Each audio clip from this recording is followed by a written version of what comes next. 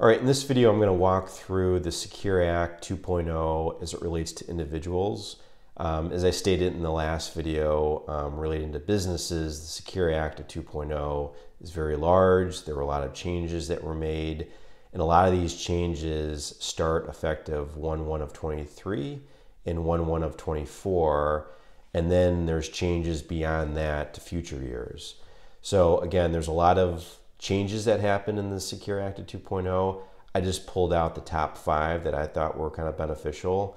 Now, there were items that came up in the Secure Act of 2.0 that kind of hinted on like changes to your retirement accounts, like how much you can contribute and that, the typical annual increase. I'm not going to cover that in this video. I'm just going to cover just the general changes in the top 5 that I found.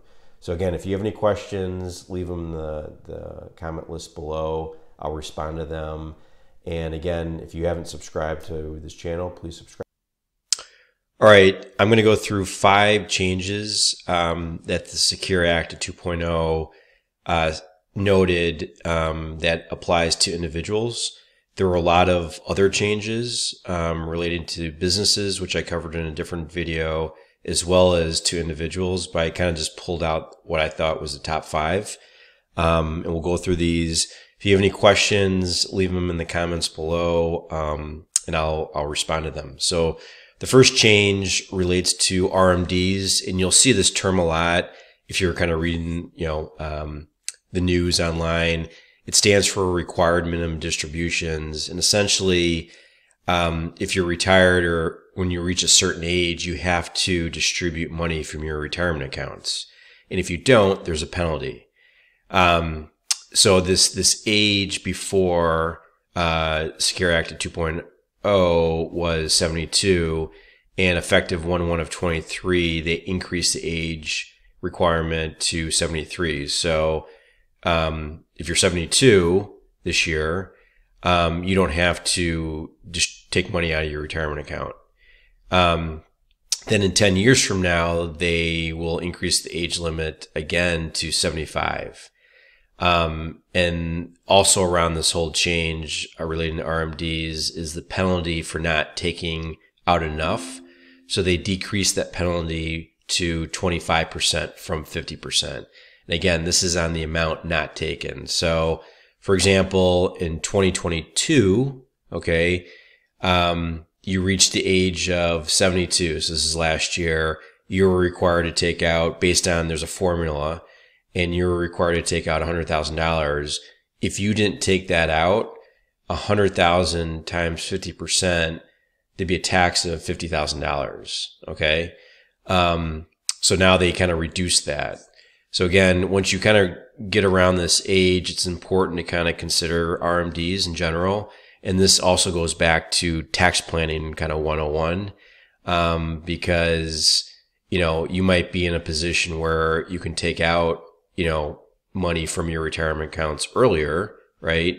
Or you kind of wait a little bit later. So, you want to factor in, if you're doing tax planning, you want to factor in RMDs with that. So that's change number 1. Change number 2, also impacting RMDs, effective 1/1 of 24. And as I stated in my intro video here, the Secure Act of 2.0, most of the changes start in 2023. Some start in 2024. Some start in 2025. Some start 10 years from now. So this one starts 1/1 of 24. And it's stating that if you have a Roth 401k account, you don't have to take money out of that account. So to kind of back up, if you have a Roth IRA, which is different than a Roth 401k. So if you have a Roth IRA and you reach that age of 73, you don't have to take out money from your Roth IRA. And that's another reason why, you see these people, they're converting their retirement accounts to Roth IRAs. That's one of the reasons for that, is you're not required to take money out of Roth IRAs once you kind of reach that age.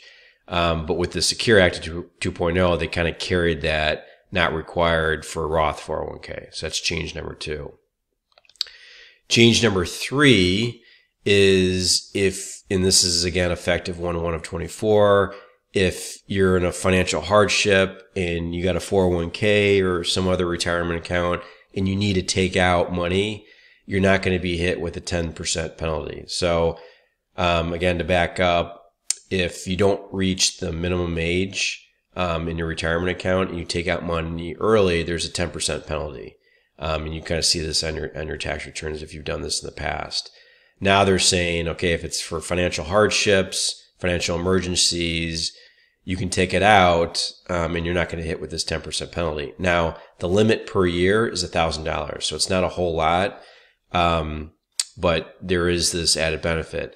Now, because it's with a 401k, you're kind of borrowing against your 401k. So at some point, you got to put this back into your 401k. And if you don't, they're saying then you can't take another one out you have to wait 3 years before you take another emergency loan amount out. So that's change number 3. Change number 4, which I think is pretty interesting, is 529 plans. So effective 1/1 of 24, you can roll over a 529 plan to a Roth IRA.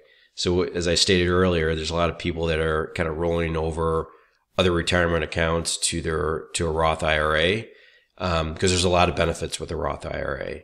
But now they're saying that you can do that with a 529 plan. So just say you created a 529 plan account and, for your children, and you learn that your children, don't need to use this because they got scholarships, or you're not going to use all the money in that 529 plan. Now, there's a lot of rules around this, but some that I've seen online say that you got to have the 529 plan up and running and maintained for at least 15 years. So if you just set one up, you can't do this rollover. Excuse me. And the Roth IRA account needs to be named in the 529 plan beneficiary. And then the lifetime limit of this Roth IRA is $35,000. So the conversion to the Roth is $35,000. So if you had $500,000, well, there's actually a limit of what you can have in the 529. But just say you had $300,000 in this 529 plan and you want to convert it all to the Roth IRA, the most you can do in the lifespan of this whole conversion is $35,000. But I thought that was kind of interesting. I think this is one of the 2 highlights from this act that I thought was pretty beneficial. And then the last one I think is also beneficial for those that still have student loans. So essentially, if you're working for a company, you're an employee working for a company, your employer has a retirement account, like a 401k, and you still have student loans. What this act says is you're contributing money to pay off your student loan, the company will match that based on the payments that you made to your retirement plan. So you're paying down your student loan, but at the same time, you're also getting some benefit because money is going in your retirement account, and it's not cash coming out of your account. The company that you work for is funding your retirement account. So as an example, just say the company match is 50 cents for every dollar contributed, up to 5% salary. Now, every company is different. This is just an example. Just say your salary is $75,000. 5% of that is $3,750. So in 2023, for example, if you paid at least $3,750 of student loans, right? So you're paying down your debt, then your company, right, your employer would contribute 50% of this, because this is what the plan states, right? Every plan's different. It could be 20% or 20 cents of every dollar. It could be dollar for dollar, but this is just an example. If you paid $3,750 of student loans, your employer will contribute $1,800 to your retirement account in the company. So that's a real nice benefit there. Again, these are top 5 that I pulled out. There's a lot more. There's others that are stated in the Secure Act that also kind of just relate to the annual changes of 401k contributions, Roth contributions, catch-ups, right, if you're over the age of 50. I didn't want to cover that in this presentation. So again, if you have any questions, leave them in the comments below. And if you haven't subscribed to the channel, please do so. Thanks.